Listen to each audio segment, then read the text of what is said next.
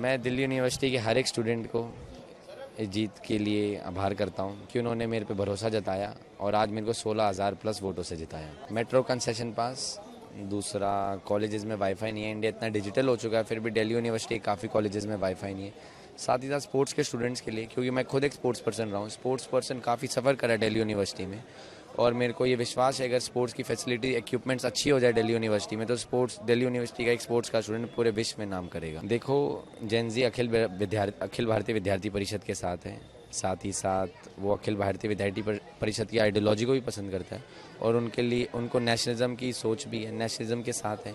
इसलिए आज उन्होंने हमारे को 3 सीट से विजय बनाया और बड़े मार्जिन से विजय बनाया। उन्होंने मेरे पर्सनल लाइफ, मेरे निजी जीवन में परिवार पे उंगली उठाई, बट मैं चुप रहा। मेरे परिवार ने मेरे परिवार ने मेरे को संस्कार दिए किसी के जीवन और निजी जीवन पे उंगली नहीं उठानी, तो इसलिए मैं चुप रहा और आज 16,000 प्लस से जीत के डूसू का अध्यक्ष बन के यही है मेरा जवाब। उनके पास कोई मुद्दा और कोई विजन नहीं है, इसलिए वो उंगली उठा रहे हैं। आज वो एक सीट जीते, उन पे तो उन्होंने वोट चोरी का आरोप नहीं लगाया और हमारी 3 सीटों पे वोट चोरी का आरोप लगा रहे हैं। आपको खुद समझ सकते हैं कि वो किस तरीके की सोच पे है कि वो उंगली उठा सकते हैं पर उनके पास ग्राउंड पे काम करने की कुछ भी नहीं है। मैं इस जीत की बधाई पूरे दिल्ली विश्वविद्यालय के एक स्टूडेंट को देना चाहूँगी, क्योंकि ये जीत संघर्ष की जीत है, ये जीत मेहनत की जीत है। ब्लैक स्पॉट्स हैं बहुत सारे दिल्ली यूनिवर्सिटी में, जिसके कारण महिलाएं शाम को 7-8 बजे के बाद बाहर कैंपसेस में घूमने में अनसेफ फील करती हैं। तो उन ब्लैक स्पॉट्स को ख़त्म कराने का काम करेंगे। प्लस हर कॉलेज हॉस्टल के बाहर क्या कहते हैं पेट्रोलिंग कराएंगे, PCR पेट्रोलिंग 24 घंटे, ताकि कोई भी छात्रा अपने आप को अनसेफ महसूस ना करे। हमने प्रोटेस्ट किया था, उसमें 16 दिन का प्रोटेस्ट में हमने सेंट्रलाइज हॉस्टल सिस्टम करा भी और अब हम कोशिश करेंगे कि हॉस्टल बढ़ाया भी जा सके, उस पर भी काम करेंगे। प्लान है अभी हम लोग एक ऐप लॉन्च करने का भी सोच रहे हैं एज सून एज पॉसिबल, जिसमें हम कोई छात्राओं के फ़ोन में वो रहे और ताकि किसी भी छात्रा को कुछ अनसेफ महसूस हो तो उस ऐप के थ्रू हम लोगों को पता चल जाए और हम उस पर कार्रवाई कर सकें। मैं बिहार से आती हूँ, मुझे बिहार और तमाम अन्य राज्यों के 36 बिरादरी का बहुत प्यार मिला है, उसके लिए मैं आभारी हूँ। लेकिन जो मेरे सामने चुनाव लड़ रहे थे वो एक क्षेत्रवाद के नाम पर चुनाव लड़ रहे थे, जिसका जवाब दिल्ली विश्वविद्यालय ने ठोक कर दिया है। और मैं उनको भी बता देना चाहती हूँ कि आपको आगे के लिए भी मैं बता दूँ कि आगे भी अगर आपको जीवन में कभी चुनाव लड़ना है तो आपको क्षेत्रवाद छोड़कर राष्ट्रवाद की अलग जगह नहीं बढ़ेगी। NSUI ने नारा दिया था कि नारी हूँ लड़ सकती हूँ, लड़की हूँ लड़ सकती हूँ। मैं बोलती हूँ कि मैं दीपिका झा खुद लड़की हूँ लेकिन जीत सकती हूँ, क्योंकि विद्यार्थी परिषद की कार्यकर्ता हूँ। विद्यार्थी परिषद लड़ना भी सिखाता है और जीतना भी सिखाता है। तो मैं यही कहना चाहती हूँ NSUI वालों से कि थोड़ा सा अपनी महिलाओं का सम्मान करना सीखो, महिलाओं को आगे करना सीखो, ताकि आपकी सद्बुद्धि आए।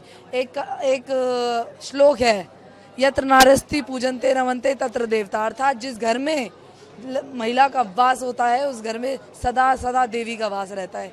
तो वो लोग महिलाओं का सम्मान करना जानते नहीं है तो देवी का वास उनके संगठन में कैसे रहेगा। जो राहुल गांधी जी का भी बयान आया था, मैंने भी सुना उसको, मुझे तो बहुत हंसी आई। दिल्ली यूनिवर्सिटी के स्टूडेंट ने ठोक कर जवाब दिया है कि जेनजी जनरेशन किसके हाथ में अपनी पावर दे वो तय कर चुकी है। कौन संभाल सकता है उस सत्ता को या उस सीट को और कौन काम कर सकता है वो जेनजी जनरेशन अच्छे से जानती है, और कौन उस संविधान की रक्षा कर सकता है और उस संविधान को पूजनीय मान सकता है वो भी दिल्ली विश्वविद्यालय की जेनजी जनरेशन जानती है। तो मुझे लगता है कि राहुल गांधी जी के पास ज़्यादा समय है फालतू बातों करने का, तो उनको थोड़ा काम पे ध्यान देना चाहिए। बधाई मेरे को भी और मेरे साथ जो सेक्रेटरी पद के जो स्टूडेंट्स हैं जिन्होंने मेरे का साथ दिया है, समर्थन दिया, उनका धन्यवाद व्यक्त करना चाहूँगा। और ये बात कहना चाहूँगा कि सेक्रेटरी कुणाल चौधरी मैं ही नहीं, वो हर एक स्टूडेंट है जिन्होंने मेरे को सपोर्ट किया, वोट किया है। मुद्दे तो कई हैं, जैसे कि कैंपस के अंदर वाईफाई नहीं है। गर्ल्स कॉलेज में मैं गया था प्री कैंपेन में, तो सबसे बड़ा मुद्दा निकला कि वाईफाई नहीं है कॉलेज के अंदर, नेटवर्क इशू बहुत ज़्यादा है। वो गर्ल्स कॉलेज में ये गर्ल्स कह रही थी कि भैया अगर हमें कोई प्रॉब्लम आई तो हम कॉल किसको करेंगे, कॉल करने के लिए नेटवर्क नहीं है। जब मैंने ये चीज़ चेक करी प्री कैंपेन में जाके तो नेटवर्क नहीं इशू था, वहाँ चल नहीं रहा था। तो हमने सबसे बड़ी मांग कैंपस में वाईफाई की रखी है मैनिफेस्टो में अपने। सबसे पहला काम हमारा मेट्रो कंसेशन के लिए पास के लिए रहेगा, जो हम अपनी मांग रखी जाएगी मेट्रो कंसेशन पास के लिए, क्योंकि दिल्ली यूनिवर्सिटी के हर एक स्टूडेंट हर एक घर से एक सामान्य नहीं रहता है। उसके लिए सबसे पहली मांग हम मेट्रो कंसेशन की रखेंगे, क्योंकि स्टूडेंट्स कोई आउटर से भी आता है, कोई दूर से आता है, कोई पास से आता है। हॉस्टल के हमने मैनिफेस्टो में अपने ऐड किया हुआ है, हॉस्टल्स के लिए हॉस्टल की मांग रखी जाएगी। हॉस्टल तो हैं कॉलेज में पर उनमें सीट एलोकेशन कम है तो वो बढ़ाने का प्रयास रखेंगे। जेनजी स्टूडेंट्स जो है उन्होंने एक ये बात दिखा दी है कि वो राष्ट्रवादी स्टूडेंट है। उन्होंने राष्ट्रवाद की बात करके पूरे एबीपी को, पैनल को जिताया, कुणाल चौधरी को जिताया। और जेनजी स्टूडेंट्स अपना प्यार दिखाकर ये दूसरे संगठनों का मुंह बंद कर दिया है कि एबीपी को उन्होंने सपोर्ट किया और ऐतिहासिक जीत दी है। अभी निरंतर तो साल के 365 दिन छात्र हितों की लड़ाई लड़ते रहेंगे हम, क्योंकि पहले भी हम लड़ते हुए आए हैं। और एबीपी का धन्यवाद व्यक्त करना चाहूँगा कि हमें इतने बड़े मंच पर पहुँचाया और जो भी स्टूडेंट्स इतना प्यार दिखा। प्रेरणा यही लेते हैं कि वो कहीं ना कहीं स्टूडेंट्स से रिलेटेड, स्टूडेंट्स के लिए लड़ते लड़ते इस वहाँ तक पहुँचे हैं।